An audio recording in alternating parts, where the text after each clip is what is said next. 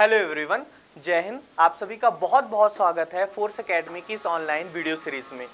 दोस्तों, आज का जो हमारा टॉपिक रहने वाला है वो है मध्य प्रदेश का हिस्टोरिकल टूरिज्म, यानी मध्य प्रदेश का ऐतिहासिक पर्यटन। भर भर के सवाल आते हैं, चाहे वो एमपीपीएससी का प्री हो या कोई भी वनडे एग्जाम हो। मध्य प्रदेश का काफी ज्यादा इंपॉर्टेंट टॉपिक रहता है एग्जाम पॉइंट ऑफ व्यू से।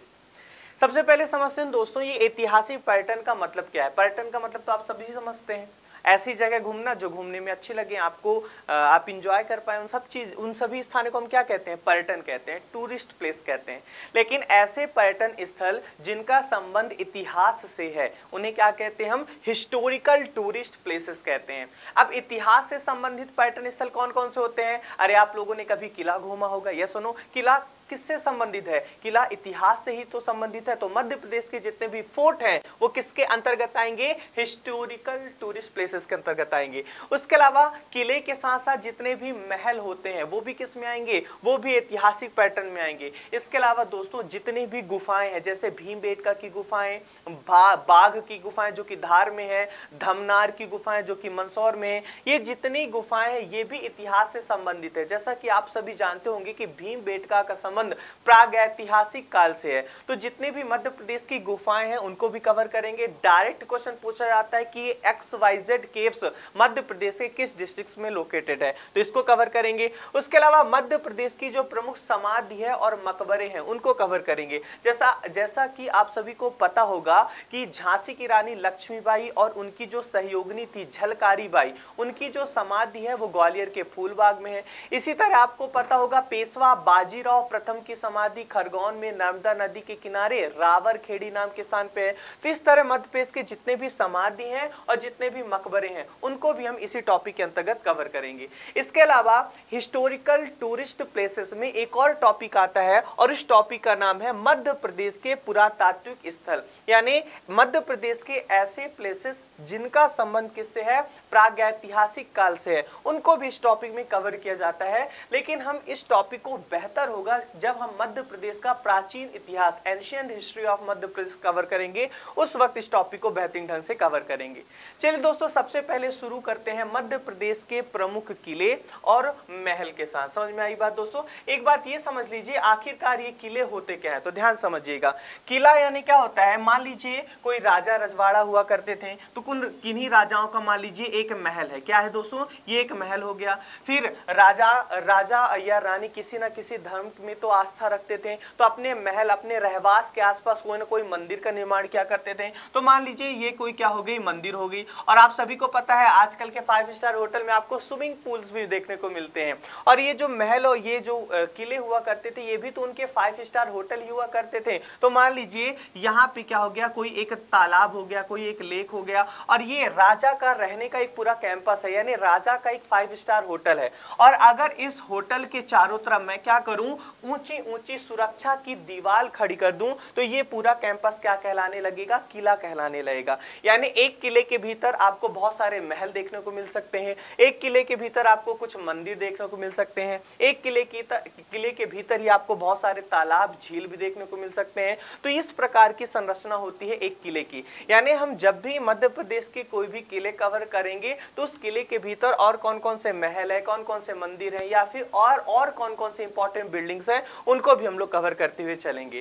तो स्क्रीन पर आप देख सकते हैं हमें मध्य प्रदेश के मोटे तौर पर इतने किलों को तो बेहतरीन ढंग से प्रिपेयर करना ही करना है। इसके अलावा कुछ और छोटे मोटे किले हैं जो वर्तमान में पूरी तरह से खंडहर में तब्दील हो गए हैं, उनके बारे में भी हम पढ़ेंगे। लेकिन कम से कम इतने किले को हम लोग को डिटेल में कवर करना है, और किले के साथ उस किले के भीतर कौन कौन से महल है, मंदिर है और कौन कौन सी हिस्टोरिकल बिल्डिंग्स है उनको भी कवर करना है। तो चलिए दोस्तों शुरुआत करते हैं सबसे पहले ग्वालियर के किले से। और ग्वालियर का किला हमारे लिए बहुत ज्यादा इंपॉर्टेंट है दोस्तों, क्योंकि मध्य प्रदेश की किसी ना किसी एग्जाम में ग्वालियर के किले से क्वेश्चन आना लगभग तय होता है। क्लियर दोस्तों? आप यहाँ पे देखिए दोस्तों, मैंने एक ग्वालियर का किले का एक रफ मैप बनाया है। ध्यान समझिएगा, मैंने क्या किया दोस्तों? ग्वालियर के किले का एक रफ मैप बनाया है। आप देख सकते हैं कि ग्वालियर के किले के भीतर आपको कुछ इतनी संरचनाएं देखने को मिलती हैं, इतनी बिल्डिंग्स देखने को मिलती हैं।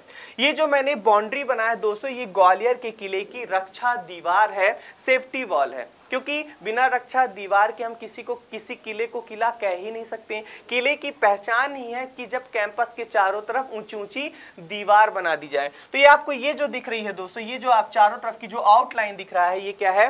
ग्वालियर के किले की रक्षा दीवार है। अब मुझे बताइए दोस्तों, इस किले के भीतर जाने के लिए कोई ना कोई दरवाजा होगा। तो आप देखिए यहाँ पे आपको दो दरवाजे देखने को मिल रहे हैं। एक यहाँ पे आपको देखने को मिल रहा है उरवाई गेट। कौन सा गेट? मेरे साथ बोलिए दोस्तों, उरवाई गेट। और यहाँ पे एक और गेट देखने को मिल रहा है, वो है ग्वालियर गेट। समझ में आ गई बात? तो ये है अपना ग्वालियर का किला। और ग्वालियर के किले के अंदर जाने के लिए हमें दो आउटर गेट्स मिलते हैं, दो बाहरी दरवाजे मिलते हैं। उन बाहरी दरवाजे का नाम क्या है? एक का नाम है उरवाई दरवाजा और एक का नाम है ग्वालियर दरवाजा। इतनी बात क्लियर हो गई। जैसे ही हम इस किले के अंदर आते हैं दोस्तों, तो हमें और भी बहुत सारी हिस्टोरिकल बिल्डिंग्स देखने को मिलती हैं। जैसे इस किले के भीतर हमें गुजरी महल देखने को मिलता है। कौन सा महल दोस्तों? इस किले के भीतर ही हमें गुजरी महल देखने को मिलता है। इस किले के भीतर हमें एक बहुत इंपॉर्टेंट मंदिर है, चतुर्भुज मंदिर, वो भी देखने को मिलता है। इसको भी हम लोग कवर करेंगे। इस किले के भीतर ही दोस्तों आपको दो बहुत ज्यादा प्रसिद्ध मंदिर देखने को मिलते हैं, एक तेल मंदिर, तेली मंदिर, और एक है मान मंदिर। इसके अलावा एक और मंदिर है सास बहु मंदिर या सहस्त्र बाहु मंदिर, वो भी इस किले के भीतर है। इस किले के भीतर दोस्तों आप देखिए यहाँ पे आपको दो छोटे छोटे झील या छोटे छोटे तालाब देखने को मिल रहे हैं। एक तालाब का नाम है सूरज ताल और दूसरे तालाब का नाम है गंगोल ताल।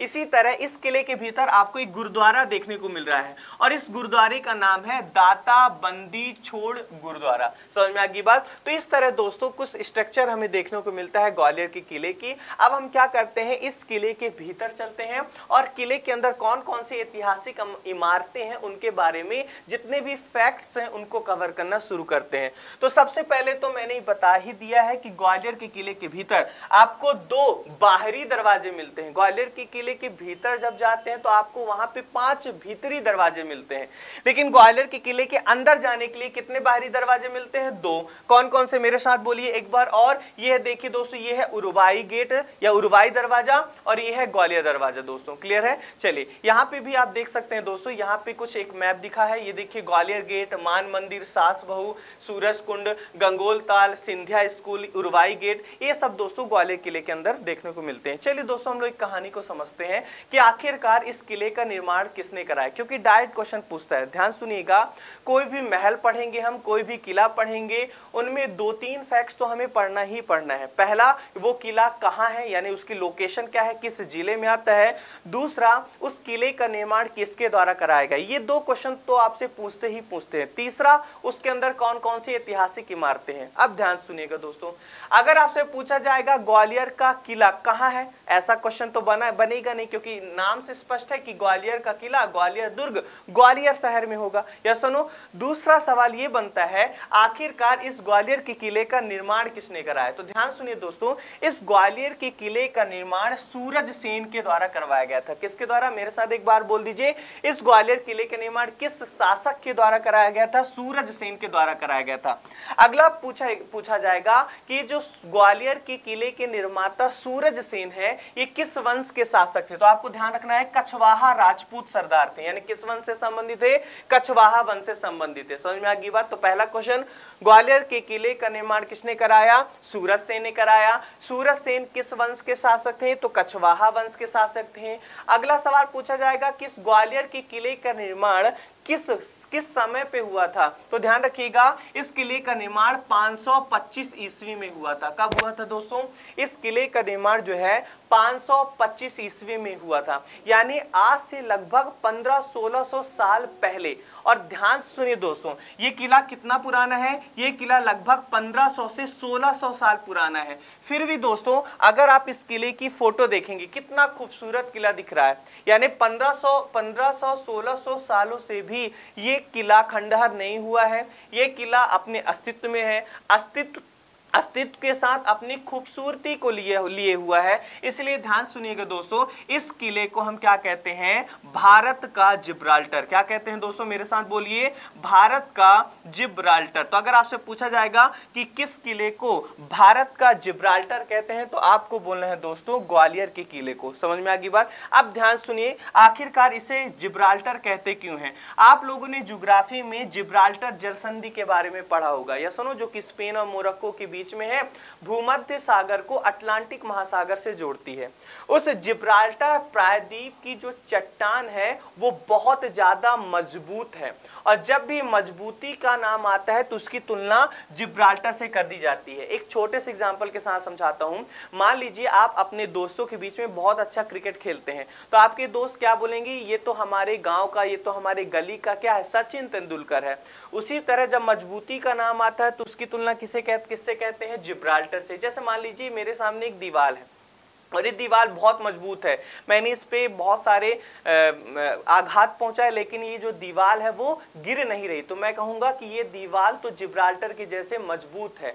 वैसे ही ये जो ग्वालियर का किला है 1500-1600 सालों से अपने अस्तित्व में है, खूबसूरती को लिए हुए है, यानी ये किला बहुत ज्यादा मजबूत है। इसीलिए ग्वालियर के किले को हम क्या कहते हैं, भारत का जिब्राल्टर। समझ में आ गई बात। सीधे क्वेश्चन पूछा जाएगा, भारत का जिब्राल्टर किस किले को कहते हैं, ग्वालियर के किले को कहते हैं। समझ में आ गई बात। अगली बात ध्यान से सुनेगा, ये किला बहुत ज्यादा खूबसूरत है। क्या मैं कह रहा हूं, ये जो ग्वालियर का किला आप देख पा रहे होंगे बहुत ज्यादा खूबसूरत है।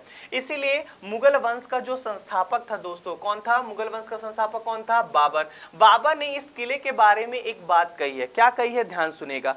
बाबर ने कहा कि ये किला इतना ज्यादा खूबसूरत है कि अगर भारत के सभी किलों की एक माला बनाई जाए, मान लो ये एक किला है, ये दूसरा किला है, ये तीसरा किला है, ये चौथा किला है, ये पांचवा, ये छठा, ये भारत के अन्य खूबसूरत जो है वो किले हैं, और अगर इन किलों की एक माला बनाई जाए तो ये जो ग्वालियर का किला है ये किसकी तरह काम करेगा, उस माला के सबसे खूबसूरत भाग जो मोती या पेंडल होता है उसकी भांति काम करेगा।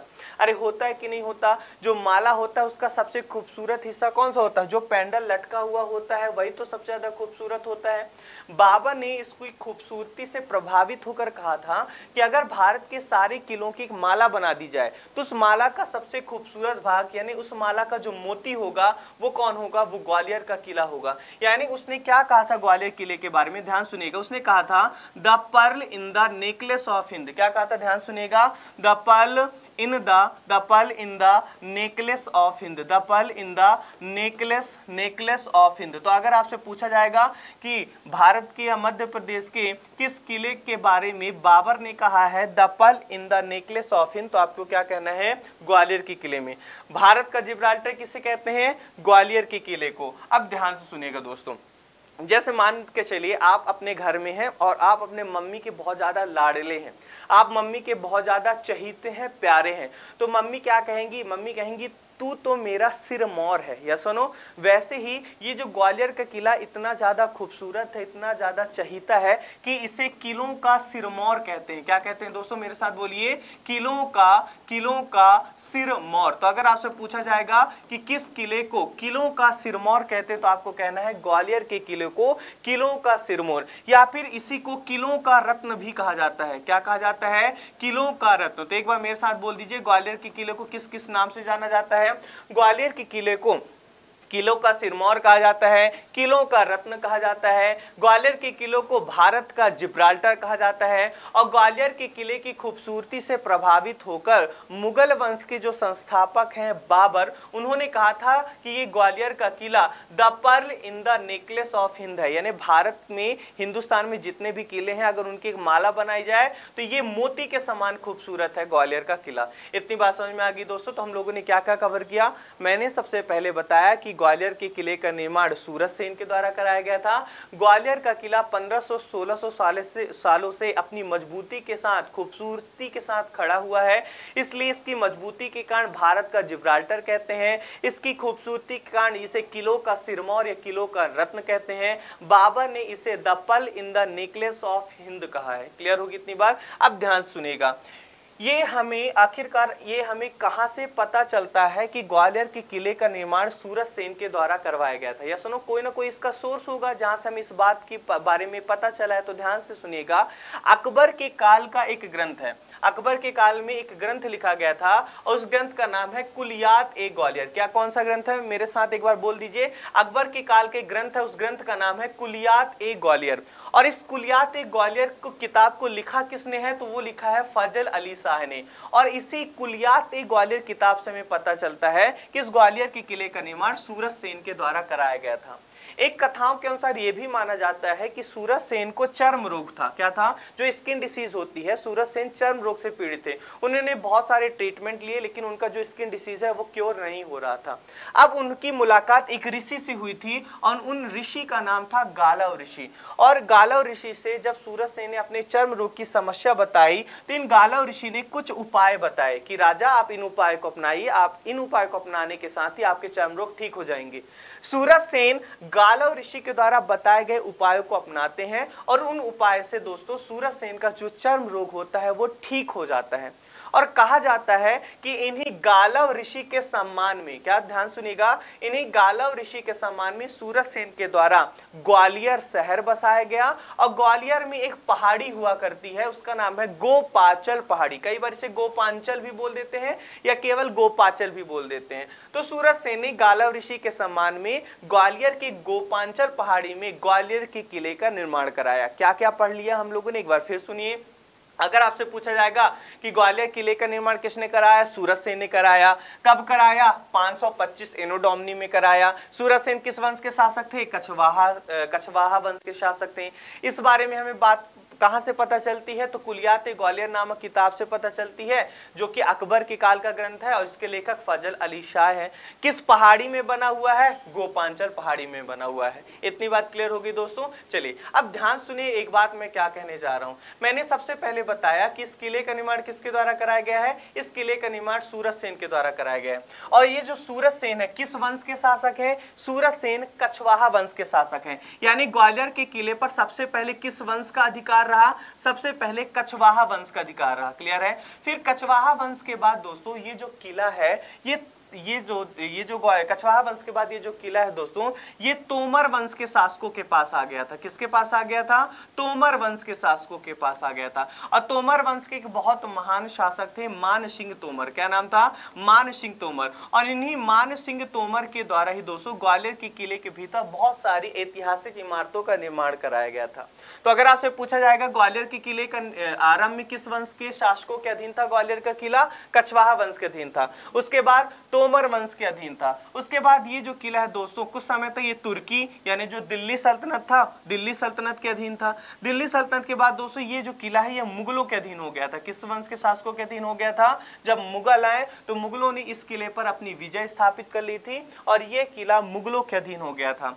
मुगलों के बाद दोस्तों ये जो किला है वो जाट शासकों के अधीन हो गया था। किस वंश के शासकों के? जाट शासकों के अधीन हो गया था। समझ में आ गई बात? अब ध्यान से सुनिएगा। अगर मैं बोलूं कि बताइए ग्वालियर, अगर मैं केवल एक शब्द बोलूं ग्वालियर तो आपको क्या याद आता है? किसकी इमेज बनती है? तो आपको सिंधिया शासकों की इमेज बनती है। सुनो, जैसे ही मैं आपसे बोलता हूं ग्वालियर तो आपके दिमाग में एक सिंधिया वंश के शासकों की फोटो बनती है। और ग्वालियर का किला मतलब भारत की आजादी से पहले किस वंश के पास था? सिंधिया वंश के पास था। तो ध्यान से सुनिएगा दोस्तों, निर्माण तो किस वंश के शासकों ने कराया था? कछवाहा वंश के शासकों ने। फिर किस वंश के शासकों के पास ही आ गया था?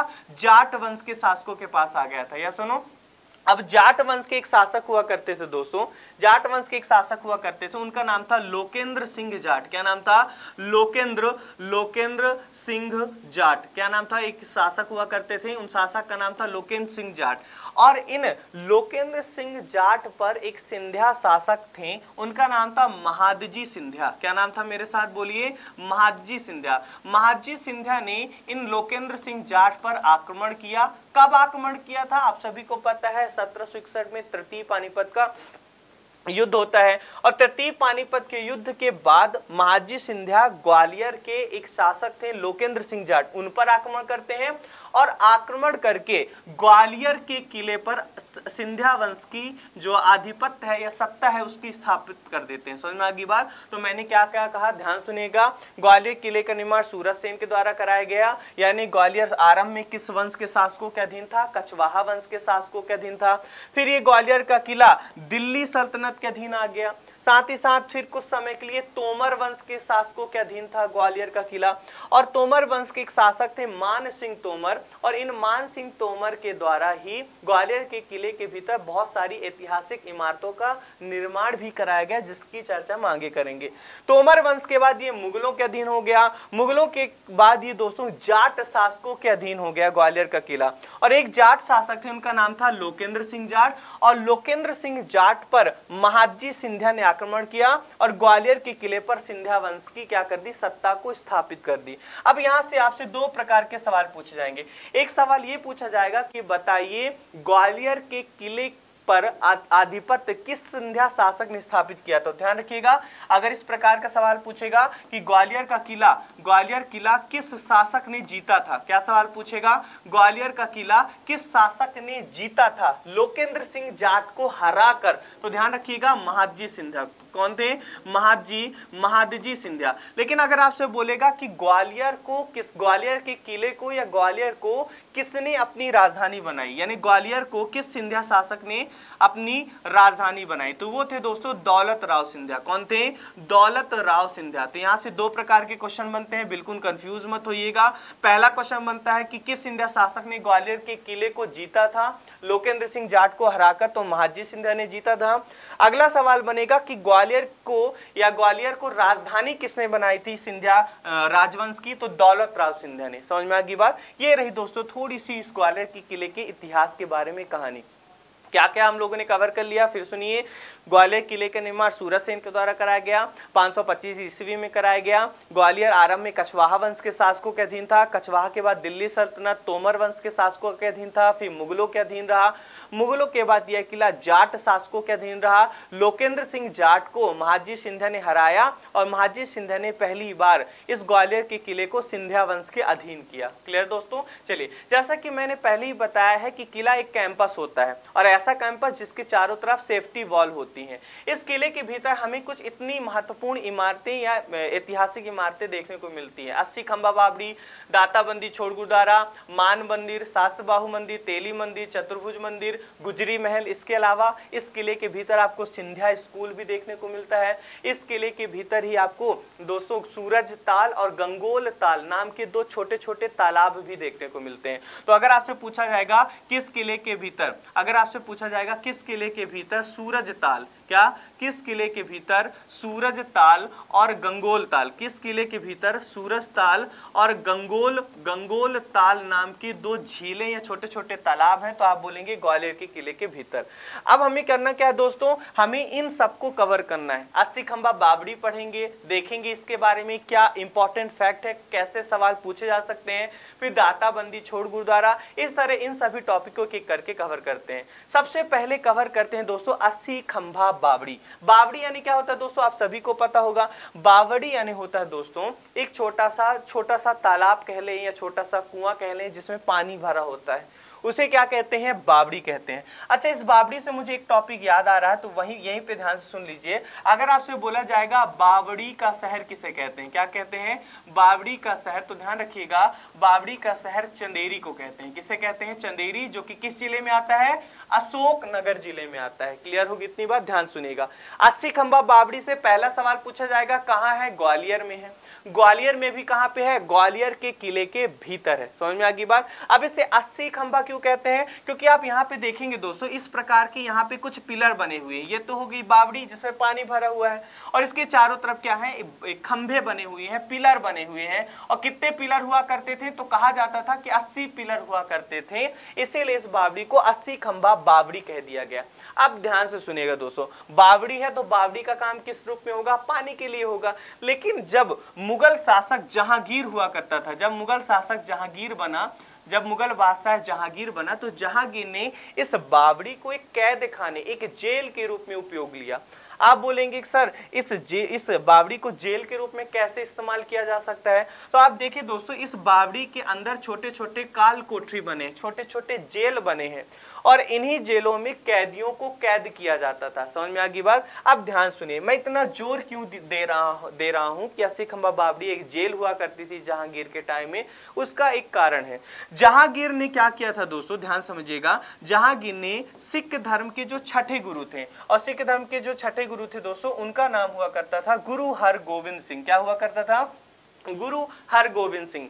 जहांगीर ने, मुगल बादशाह जहांगीर ने सिखों के छठे गुरु गुरु हरगोविंद सिंह को इसी बावड़ी में क्या कर दिया था?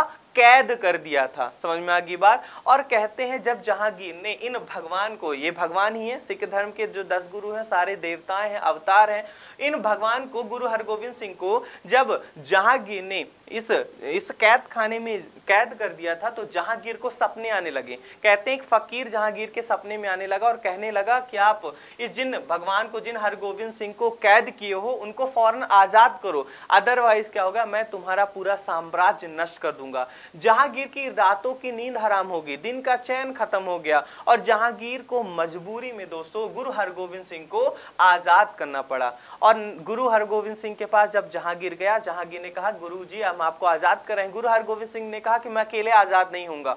इस बावड़ी में जितने 52 हिंदू राजा, उस समय इनके साथ 52 हिंदू राजाओं को भी कैद किया गया था। हरगोविंद सिंह ने कहा कि मैं अकेले आजाद नहीं होऊंगा, मेरे साथ इन 52 हिंदू राजाओं को भी तुम रिहा करो। और गुरु हरगोविंद सिंह के कारण इन 52 हिंदू राजाओं को भी क्या कर दिया जाता है? आजाद कर दिया जाता है। मुझे बताइए इन 52 हिंदू राजाओं के ऊपर हरगोविंद सिंह का एक बहुत बड़ा एहसान हो गया, यह सुनो, क्योंकि 52 हिंदू राजा जेल से रिहा भी हुए हैं गुरु जी के कारण। इसलिए 52 हिंदू राजाओं के द्वारा गुरु हरगोविंद सिंह जी को एक उपाधि दी गई, और उस उपाधि का नाम है दाता बंदी छोड़ उपाधि। क्या कहा गया? दाता बंदी छोड़। ये सुनो, क्योंकि वो बंदी से क्या दिए गए? छोड़ दिए गए। और ये किसने छुड़वाया? दाता ने भगवान ने, गुरु हरगोविंद सिंह ने। इसलिए इन 52 हिंदू राजाओं ने गुरु हरगोविंद सिंह को दाता बंदी छोड़ की क्या दी? उपाधि दी। तो अगर आपसे पूछा जाएगा पहला सवाल कि अस्सी खंबा बावड़ी कहां पे है? ग्वालियर के किले के भीतर है। इस अस्सी खंबा बावड़ी का उपयोग जहांगीर ने किसके रूप में किया था? कैद खाना के रूप में इसका उपयोग किया था। अस्सी खंबा बावड़ी में किस सिख गुरु को जहांगीर ने कैद किया था? तो सिखों के छठे गुरु गुरु हरगोविंद सिंह को कैद किया था। इतनी बात क्लियर हो जाएगी। अब ध्यान सुनिएगा दोस्तों, इस बावड़ी के पास ही एक गुरुद्वारा बनाया गया है। अब मुझे बताइए गुरुद्वारा किस सिख गुरु के सम्मान में बनाया जाएगा? ग्वालियर के किले से किस सिख गुरु का संबंध है? गुरु हरगोविंद सिंह का संबंध है। इसलिए ग्वालियर के किले के भीतर ही इस अस्सी खंबा बावड़ी के नजदीक एक गुरुद्वारा बनाया गया है, और उस गुरुद्वारा को भी हम क्या कहते हैं? दाता बंदी छोड़ गुरुद्वारा। तो अगर आपसे पूछा जाएगा दाता बंदी छोड़ गुरुद्वारा कहां पे है, तो आप बोलेंगे ग्वालियर के किले के भीतर है। समझ में आ गई बात। ये गुरुद्वारा किसके सम्मान में बनाया गया? तो गुरु हरगोविंद सिंह जी के सम्मान में बनाया गया। और ये गुरुद्वारा कोई आम गुरुद्वारा नहीं है मेरे प्यारे दोस्तों, ये गुरुद्वारा मध्य प्रदेश का सबसे बड़ा गुरुद्वारा है, लार्जेस्ट गुरुद्वारा ऑफ मध्य प्रदेश। कौन सा है? दाता बंदी छोड़ गुरुद्वारा। कहां है? ग्वालियर के किले के भीतर है। किसके सम्मान में बनाया गया था? तो सिखों के छठे गुरु गुरु हरगोविंद सिंह जी के सम्मान में बनाया गया था। अब ध्यान से सुनिए दोस्तों, इस दाता बंदी छोड़ गुरुद्वारा का अक्टूबर महीने में क्या मनाया गया था? प्रकाश पर्व मनाया गया था। तो अगर आपसे पूछा जाएगा कि हाल ही में या अक्टूबर 2021 में किस गुरुद्वारा का 400वां प्रकाश वर्ष मनाया गया था, तो दाता बंदी छोड़ गुरुद्वारा का ही मनाया गया था। क्लियर होगी इतनी बात। आप न्यूज कटिंग भी देख सकते हैं। किले पर लगा सिखों का मेला, अमृतसर से ग्वालियर पहुंची शब्द चौकी की पैदल यात्रा, और ये न्यूज को कवर किया गया था 400वां प्रकाश पर्व के अवसर पर। अब आप पूछेंगे कि ये प्रकाश पर्व का मतलब होता क्या है, तो ध्यान सुनिएगा। सिख समुदाय में प्रकाश पर्व का मतलब होता है स्थापना वर्ष या जन्म दिवस। जैसे गुरु नानक जी का अगर जन्म दिवस, गुरु नानक जयंती मनाई जाती है, तो उसको हम गुरु नानक जी का प्रकाश पर्व भी कह सकते हैं। जैसे मैं कहूं अगर इसका 400वां प्रकाश वर्ष का मतलब इस गुरुद्वारे की स्थापना के कितने वर्ष हो गए हैं? 400 वर्ष हो गए हैं। समझ में आ गई बात। और दीपावली के अवसर पर दोस्तों यहाँ पे दाता बंदी छोड़ गुरुद्वारा में एक मेला भी लगता है। तो आपसे ये भी सवाल पूछा जा सकता है कि दाता बंदी छोड़ मेला कहाँ लगता है? ग्वालियर में लगता है। समझ में आ गई बात। चलिए तो एक सवाल का जवाब दीजिए, मध्य प्रदेश का सबसे बड़ा गुरुद्वारा कौन सा है? फटाक से आंसर करे, कोई चुप नहीं बैठेगा। ध्यान से सुनिए, याद, ये जो सफलता है वो रास्ते में नहीं मिलती, मिलती है, आपको लगातार मेहनत करना पड़ता है, माथे के पसीने को एड़ी तक पहुंचाना पड़ता है, तब जाके सफलता मिलती है। और ये बहुत सारा फैक्चुअल कंटेंट है दोस्तों। अब फैक्चुअल कंटेंट आपको तब याद होते हैं जब आप लगातार बोलते हैं। अगर आप चुपचाप से वीडियो को देखते रहेंगे उससे बहुत अच्छा आउटपुट नहीं मिल पाएगा। समझ में आ गई बात? तो आप लगातार बोलें, चुपचाप बैठे नहीं, अपनी नोट से निकाल लिया करें, कॉपी रख लिया करें, हल्के हल्के कीवर्ड्स नोट करते रहें, बोलते रहें। इन सब प्रोसेस से आपको जल्दी याद होगा, लंबे टाइम तक आप याद रख पाएंगे। अगर आपसे पूछा जाएगा मध्य प्रदेश का सबसे बड़ा गुरुद्वारा कौन सा है, दाताबंदी छोड़ गुरुद्वारा कहाँ है, ग्वालियर के किले में है। उसी तरह आपसे पूछा जाएगा कि मध्य प्रदेश की सबसे बड़ी मस्जिद कौन सी है, तो ध्यान से सुनिएगा, ताजुल मस्जिद। और ये ताजुल मस्जिद कहाँ है, भोपाल में। तो दो सवाल बन गया। सबसे बड़ा गुरुद्वारा एक बार बोल दो, दाताबंदी छोड़ गुरुद्वारा। सबसे बड़ा गुरुद्वारा, दाताबंदी छोड़ गुरुद्वारा। अरे एक बार और बोल दो मेरे दोस्त, सबसे बड़ा गुरुद्वारा मध्य प्रदेश का दाताबंदी छोड़ गुरुद्वारा। सबसे बड़ी मस्जिद कौन सी है, ताजुल मस्जिद है। समझ में आ गई बात? भारत की सबसे छोटी मस्जिद कहाँ से, ध्यान सुनिएगा दोस्तों, मध्य प्रदेश में भोपाल जो हमारी राजधानी है, भोपाल में किला है, फतेहगढ़ का किला, उसकी भी चर्चा हम आगे करेंगे। और इस फतेहगढ़ किले का निर्माण भोपाल रियासत का जो संस्थापक था दोस्त मोहम्मद खान, उसने अपनी पत्नी फतेह बीबी की याद में कराया गया था। और इसी भोपाल के फतेहगढ़ किले के भीतर एक मस्जिद है, उस मस्जिद का नाम है ढाई सीढ़ी मस्जिद। और कहा जाता है ये भारत की सबसे छोटी मस्जिद है। जिस वक्त इस मस्जिद का निर्माण कराया गया था तो कहा जाता है कि केवल 3 लोग ही एक साथ मस्जिद के अंदर बैठकर नमाज अदा कर सकते थे, इतनी छोटी थी। तो बहरहाल आपको ध्यान रखना है, मध्य प्रदेश का सबसे बड़ा गुरुद्वारा दाताबंदी छोड़ गुरुद्वारा, मध्य प्रदेश की सबसे बड़ी मस्जिद ताजुल मस्जिद भोपाल, भारत की, मध्य प्रदेश की साथ साथ पूरे भारत की सबसे छोटी मस्जिद ढाई सीढ़ी मस्जिद कहाँ है, फतेहगढ़ किले के भीतर भोपाल में। उसी तरह अगर आपसे पूछा जाएगा कि मध्य प्रदेश में सबसे बड़ा घंटा किस मंदिर में स्थापित है, घंटा आप समझते हैं जो मंदिर में होता है, वो है दोस्तों पशुपतिनाथ मंदिर मंदसौर। समझ में आ गई बात? और काफी बड़ा घंटा है, मैं खुद वहां के दर्शन किया हूँ। लगभग मेरी जितनी ऊंचाई है इतनी ऊंचाई का एक महाघंटा स्थापित किया गया है। तो अगर आपसे पूछा जाएगा कि मध्य प्रदेश में सबसे बड़ा घंटा कहाँ पे स्थापित किया गया है, जल्दी मुझे आंसर करें, पशुपतिनाथ मंदिर मंदसौर। ये मंदिर भी हमारे लिए बहुत ज़्यादा इंपॉर्टेंट है। जब मध्य प्रदेश में हम धार्मिक पर्यटन पढ़ेंगे उस वक्त इस मंदिर को मैं डिटेल में कवर कराऊंगा। अभी के लिए तो इस पशुपतिनाथ मंदिर के बारे में एक फैक्ट याद रखिए कि इस मंदिर में मध्य प्रदेश का सबसे बड़ा महाघंटा स्थापित है, पहला पॉइंट। दूसरा पॉइंट, इस मंदिर में ये जो पशुपतिनाथ मंदिर है दोस्तों ध्यान सुनिएगा, इस मंदिर में ये जो पशुपतिनाथ मंदिर है, इस पशुपतिनाथ मंदिर मंदसौर जो है वो सिवना नदी के किनारे है। क्लियर होगी इतनी बात? चलिए दोस्तों थोड़ा सा कहानी को आगे बढ़ाते हैं। इस ग्वालियर के किले के भीतर आपको एक मंदिर देखने को मिलता है, उस मंदिर का नाम है मान मंदिर। बहुत ज्यादा इंपॉर्टेंट है दोस्तों। सीधे सवाल पूछा जाएगा कि मान मंदिर किस किले के भीतर है या किस जिले में है, तो ग्वालियर में है, ग्वालियर किले के भीतर। अगला सवाल, इस मान मंदिर का निर्माण किसके द्वारा करवाया गया, तो मान सिंह तोमर के द्वारा। किसके द्वारा कराया गया? तोमर वंश के शासक थे मान सिंह, जिन्हें ध्रुपद गायन शैली का भी आविष्कारक माना जाता है। समझ में आ गई बात? इनकी भी चर्चा मान सिंह के बारे में अलग से पढ़ेंगे जब हम मध्य प्रदेश के इतिहास को पढ़ेंगे। अभी के लिए मान मंदिर कहाँ पे है? ग्वालियर किले के भीतर। किसने निर्माण कराया है? राजा मान सिंह तोमर ने। एक बार तो बोलना पड़ेगा जिससे चीजें क्लास में ही याद हो जाएं। मान मंदिर कहाँ पे है? ग्वालियर के किले के भीतर। किसने निर्माण कराया? राजा मान सिंह तोमर ने। एक बात और ध्यान रख लीजिएगा मान सिंह तोमर के बारे में कि मान सिंह तोमर को ध्रुपद गायन शैली का जनक माना जाता है। ठीक है, इन्होंने संगीत पर मान कौतूहल ग्रंथ भी लिखा है। चलिए दोस्तों अगला एक मंदिर आता है सहस्त्रबाहु मंदिर। ध्यान सुनिएगा, काफी रोचक कहानी है। इस सहस्त्रबाहु मंदिर को सास बहु मंदिर भी कह दिया जाता है। अब कई बार जब लोग इस मंदिर का नाम देखते हैं सास बहु मंदिर, तो उनके दिमाग में एक इमेज बन जाती है कि इस मंदिर के अंदर एक सास होंगी, एक बहू की प्रतिमा होंगी, और जो सास बहू इस मंदिर के दर्शन करते होंगे उनके झगड़े नहीं होंगे। लेकिन ऐसा बिल्कुल नहीं है। ये सास बहु मंदिर का संबंध किसी भी सूरत में सास और बहू के रिश्तों से नहीं है। इस सास बहु मंदिर जो है दोस्तों, ये भगवान विष्णु के जो सहस्त्रबाहु मंदिर, सहस्त्रबाहु अवतार है, उनका मंदिर है। सहस्त्रबाहु समझते हैं? सहस्त्र यानी होता है हजार, बाहु यानी होती है भुजाएं। तो भगवान की जो हजार भुजाएं वाला जो अवतार है, सहस्त्रबाहु अवतार, उनको समर्पित ये मंदिर है। फिर आप बोलेंगे कि सहस्त्रबाहु को सास बहु क्यों कहा जाने लगा? तो हमारी एक आदत होती है ना दोस्तों, कठिन चीज को आसान चीज में बदल देना। और हिंदी में कठिन शब्द को आसान शब्द में बदलने की जो प्रक्रिया उसे अपभ्रंश कहते हैं। और इस कठिन शब्द का सहस्त्रबाहु जैसे कठिन शब्द का अपभ्रंश होकर यानी आसानीकरण करके इसे सासबहु कहा जाने लगा। अब इस सहस्त्रबाहु मंदिर का निर्माण राजा महिपाल के द्वारा कराया गया था। Very very very important fact कि सहस्त्रबाहु मंदिर कहाँ है, ग्वालियर के किले के भीतर है। इसी को हम सहस्त्रबाहु मंदिर भी कह देते हैं। और इसका निर्माण किसके द्वारा कराया गया था, राजा महिपाल के द्वारा कराया गया था। तो मान मंदिर कहाँ पे है, ग्वालियर के किले के भीतर। किसके द्वारा निर्माण कराया गया, राजा मान सिंह तोमर के द्वारा। सहस्त्रबाहु मंदिर, यह सहस्त्रबाहु मंदिर का निर्माण किसके द्वारा कराया गया, राजा महिपाल के द्वारा कराया गया। इतनी बात क्लियर होगी दोस्तों। चलिए, इस किले के भीतर आपको एक और मंदिर मिलती है, उसका नाम है तेली मंदिर। बहुत ज्यादा इंपॉर्टेंट है हमारे लिए, बहुत ही ज्यादा। क्यों, ध्यान समझिएगा। सबसे पहले ये समझते हैं कि आखिरकार इसका नाम तेली क्यों पड़ा। ध्यान सुनेगा। इस तेली मंदिर का या इस मंदिर का निर्माण दक्षिण भारत के जो तेल के जो व्यापारी होते हैं, जिन्हें हम साहूकार कह देते हैं, उनके द्वारा करवाया गया था।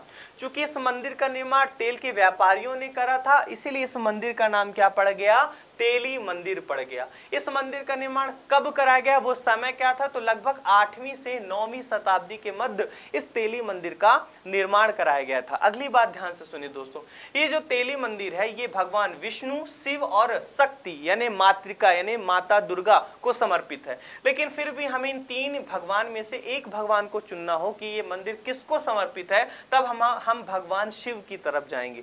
तो तेली मंदिर के बारे में पहला, इसका नाम तेली क्यों पड़ा, क्योंकि 8वीं से 9वीं शताब्दी के मध्य दक्षिण भारत के तेल के व्यापारियों द्वारा इस मंदिर का निर्माण कराया गया था, इसलिए इसका नाम तेली मंदिर पड़ गया। और यह मंदिर विष्णु, शिव और मातृका को समर्पित है। अगर एक चुनना हो तो हम भगवान शिव को चुनेंगे। अब इसके बारे में एक बहुत ज्यादा इंपॉर्टेंट फैक्ट है जिसके लिए इस मंदिर को हम पढ़ रहे हैं। क्या है, ध्यान सुनेगा। आप सभी ने आर्ट एंड कल्चर में मंदिर निर्माण की शैली पढ़ी होगी। मंदिर निर्माण की प्रमुख 2 शैली होती हैं, एक है नागर शैली और एक है दोस्तों द्राविड़ शैली। आप इस फोटो में देख सकते हैं।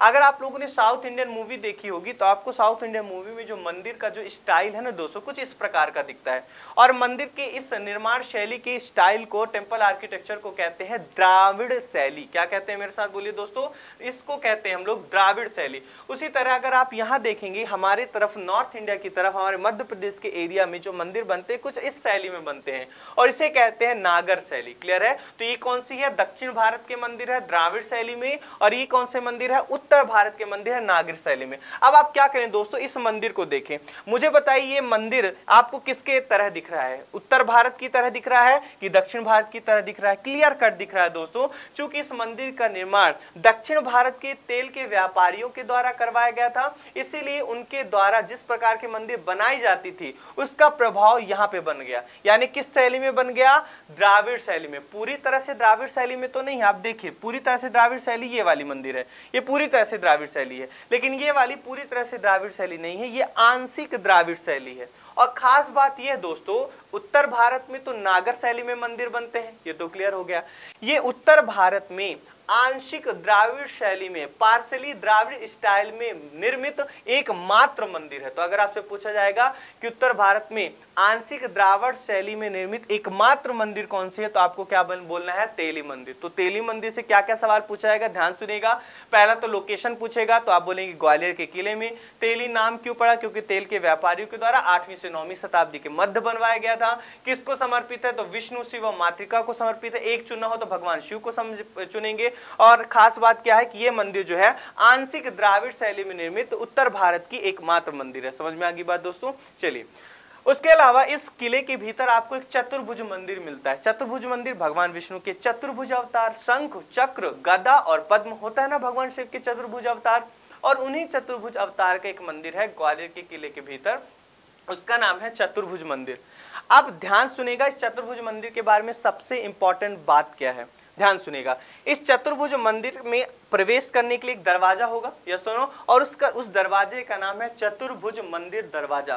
तो अगर आपसे पूछा जाएगा कि मध्य प्रदेश के किस किले में चतुर्भुज मंदिर दरवाजा है, तो ग्वालियर के किले में। आसान है, चतुर्भुज मंदिर के अंदर जाना है तो कोई ना कोई दरवाजा तो होगा ही। अब ध्यान सुनेगा, ये मंदिर जो है दोस्तों, इस मंदिर के पास से शून्य का प्राचीनतम अभिलेख प्राप्त हुआ। अभिलेख यानी होता क्या है दोस्तों, ध्यान सुनेगा, पत्थर पर खुदवाकर लिखी गई कोई जानकारी, उसे इंस्क्रिप्शन या अभिलेख कहते हैं। समझ में आ गई बात। और इस मंदिर के पास एक अभिलेख मिला था और उस अभिलेख में डायरेक्टली और इनडायरेक्टली जीरो की चर्चा की गई थी, शून्य की चर्चा की गई थी।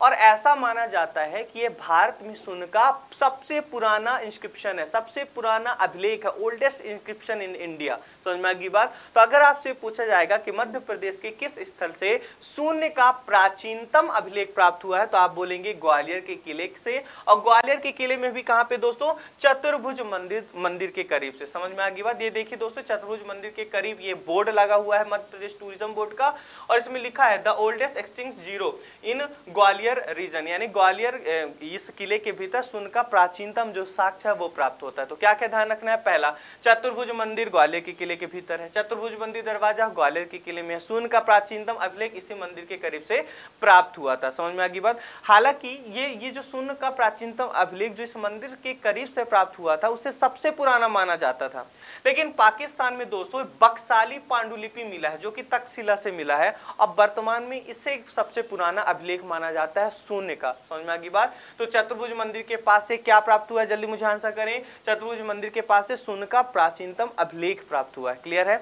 मध्य प्रदेश में आपको और भी चतुर्भुज मंदिर देखने को मिलेंगे। जनरली मध्य प्रदेश में लगभग हर बड़े शहर में कोई ना कोई कहीं ना कहीं चतुर्भुज मंदिर देखने को मिल ही जाता है, लेकिन फिर भी एग्जाम पॉइंट ऑफ व्यू से कम 3 चतुर्भुज मंदिर हमारे लिए बहुत ज्यादा इंपॉर्टेंट है। एक चतुर्भुज मंदिर तो ये ग्वालियर का ही है जहां से शून्य का प्राचीनतम अभिलेख प्राप्त हुआ। फिर एक चतुर्भुज मंदिर दोस्तों वो खजुराहो में है, और खजुराहो को भी हम लोग डिटेल में पढ़ेंगे जब हम मध्य प्रदेश के वर्ल्ड हेरिटेज साइट पढ़ेंगे। उस वक्त मैं और डिटेल में बताऊंगा कि इस चतुर्भुज मंदिर का निर्माण चंदेल वंश के शासकों के द्वारा कराया गया था और वो दक्षिणी समूह में आता है, उसकी चर्चा हम करेंगे। और एक और चतुर्भुज मंदिर पढ़ाऊंगा दोस्तों जब मैं ओरछा के किले की चर्चा करूंगा।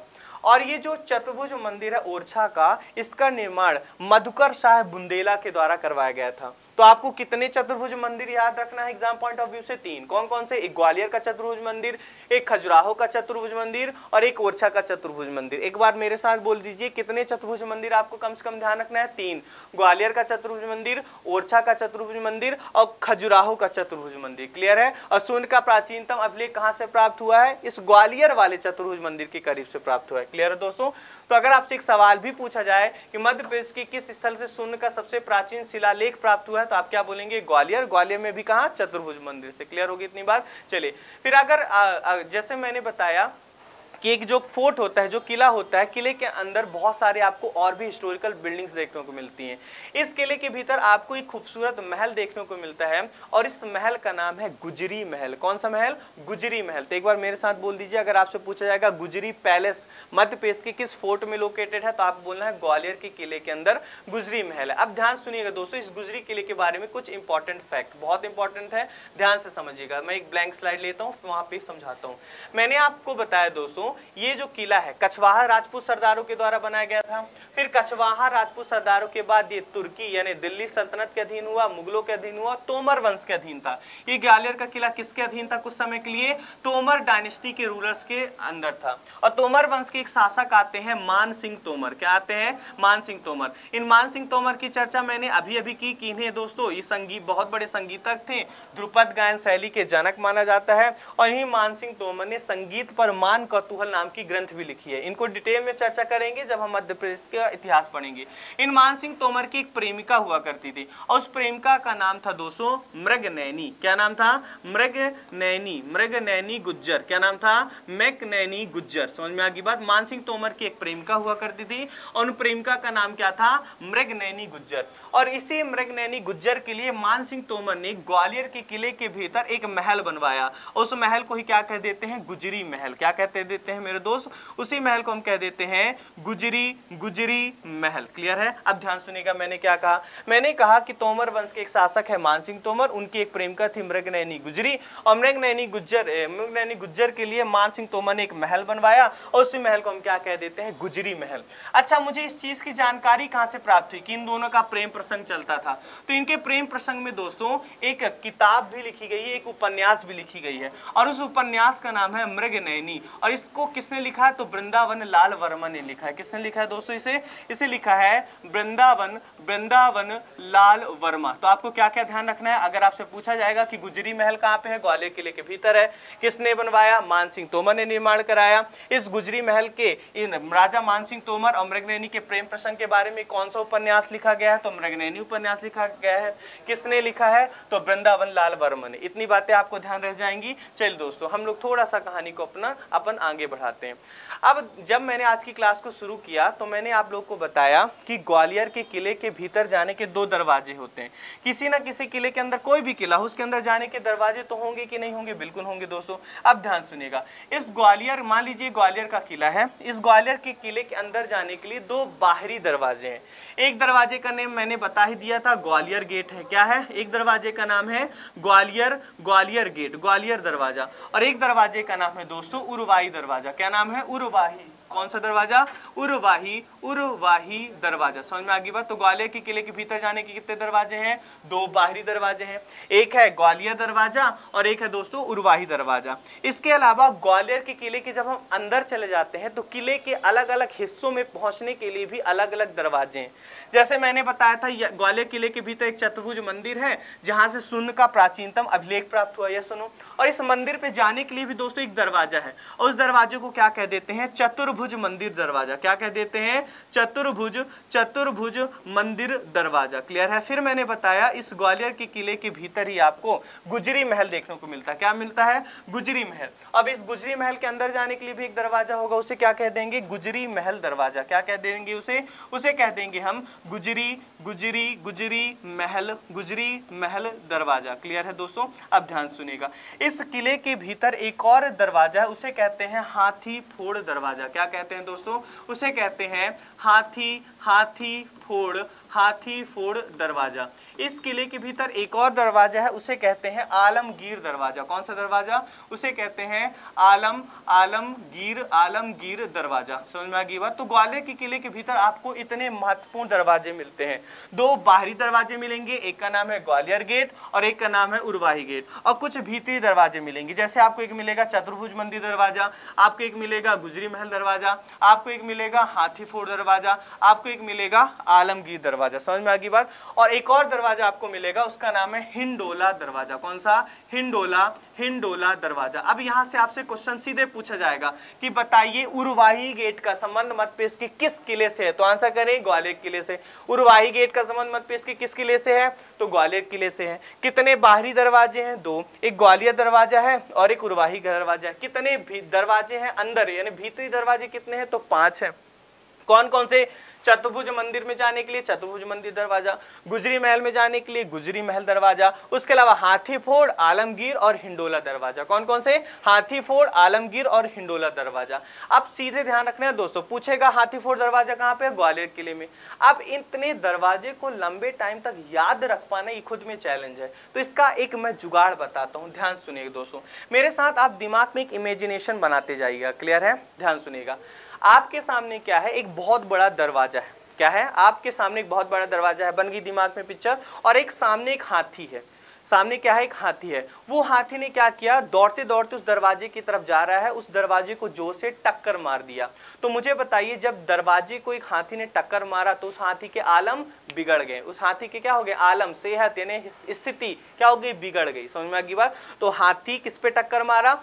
दरवाजे पर टक्कर मारा। जब दरवाजे पर टक्कर मारा तो दरवाजे के आलम बिगड़ गए। और मुझे बताइए, दरवाजा गुजर जाएगा कि नहीं गुजर जाएगा? अरे टूट जाएगा। गुजर जाएगा तो बिल्कुल गुजर जाएगा। और गुजर के नीचे गिरेगा तो कितने टुकड़े हो जाएंगे? 4 टुकड़े हो जाएंगे। ये कहानी दिमाग में फिट हुई? एक बार फिर से सुनिए। आपके सामने एक बहुत बड़ा दरवाजा है, एक हाथी है। हाथी दौड़ दौड़ के किसके पास जा रहा है? दरवाजे के पास जा रहा है। जाके क्या करेगा? दरवाजे को टक्कर मारेगा। दरवाजे के आलम बिगड़ जाएंगे, दरवाजा गुजर जाएगा और नीचे गिर के 4 टुकड़ों में बढ़ जाएगा। तो सबसे पहले आता है अगर दरवाजा से, तो आपको ध्यान रखना है चतुर्भुज मंदिर दरवाजा। फिर हाथी से आप याद कर लेंगे हाथी फोड़ दरवाजा। क्या? हाथी फोड़ दरवाजा। और हाथी जब दरवाजे को टक्कर मारेगा तो दरवाजा डुलेगा, हिलेगा तो हिंडोला दरवाजा। दरवाजे की क्या बिगड़ जाएंगे? आलम, तो आलमगीर दरवाजा। या सुनो, और वो गिर के कितने टुकड़ों में बांटेगा? 4 टुकड़ों में, तो चतुर्भुज मंदिर दरवाजा। तो इस ट्रिक के साथ, इस लॉजिक के साथ आप ग्वालियर किले के दरवाजे को अच्छे ढंग से याद कर पाएंगे। अब यहाँ पे कुछ कंफ्यूज करने वाले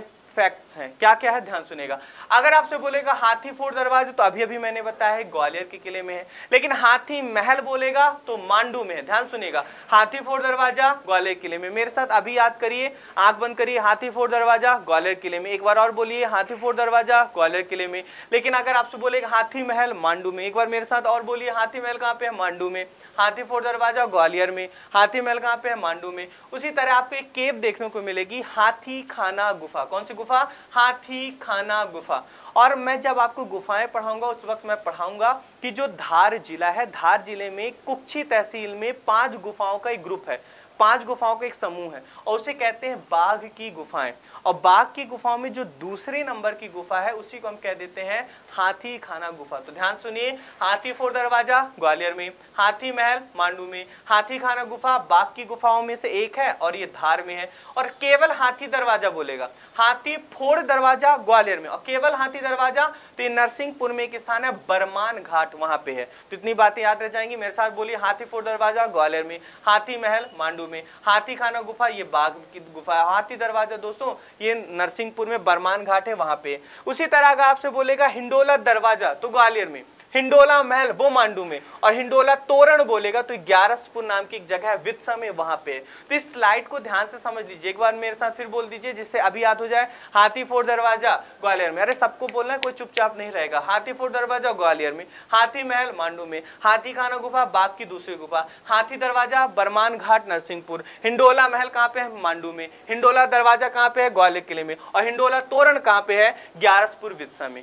इसी तरह ग्वालियर के किले के भीतर एक और दरवाजा है, याद करिए, आलम बिगड़ गए थे ना जब हाथी ने दरवाजे को टक्कर मारी तो दरवाजा के आलम बिगड़ गए थे।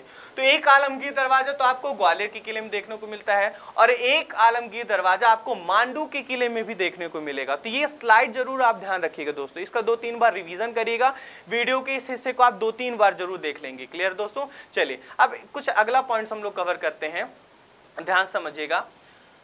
ये जो अपना हिंडोला दरवाजा है ना, अरे हाथी ने दरवाजे को टक्कर मारी तो दरवाजा डुलने लगा था, तो हिंडोला दरवाजा, और ये जो हिंडोला दरवाजा है ग्वालियर की, इसी को हम कहते हैं बादल महल।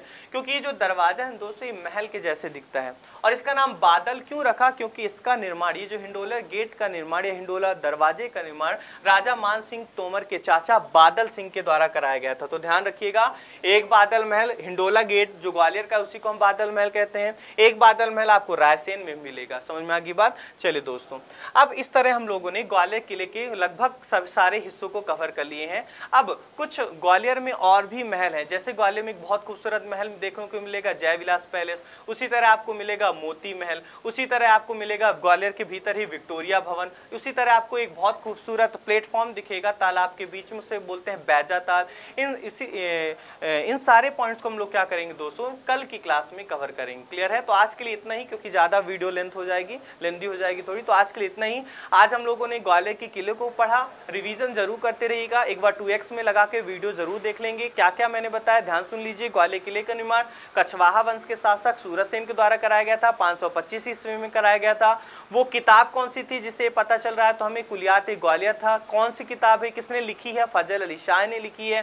फिर मैंने आप लोग को बताया था ये किला किस पहाड़ी में? गोपाचल की पहाड़ी में। भारत का जिब्राल्टर, किलों का सिरमौर, बाबर ने इसे क्या कहा? The pearl in the necklace of Hind. इसी के अंदर आपको सूरज ताल मिलता है, गंगोल ताल मिलता है, सिंधिया स्कूल मिलता है, गुजरी महल मिलता है, मान मंदिर मिलता है, तेली मंदिर मिलता है, सास बहु मंदिर भी इसी किले के भीतर आपको देखने को मिलता है। सिख खंबा बाबड़ी दाताबंदी छोड़ गुरुद्वारा मध्य प्रदेश का सबसे बड़ा गुरुद्वारा है।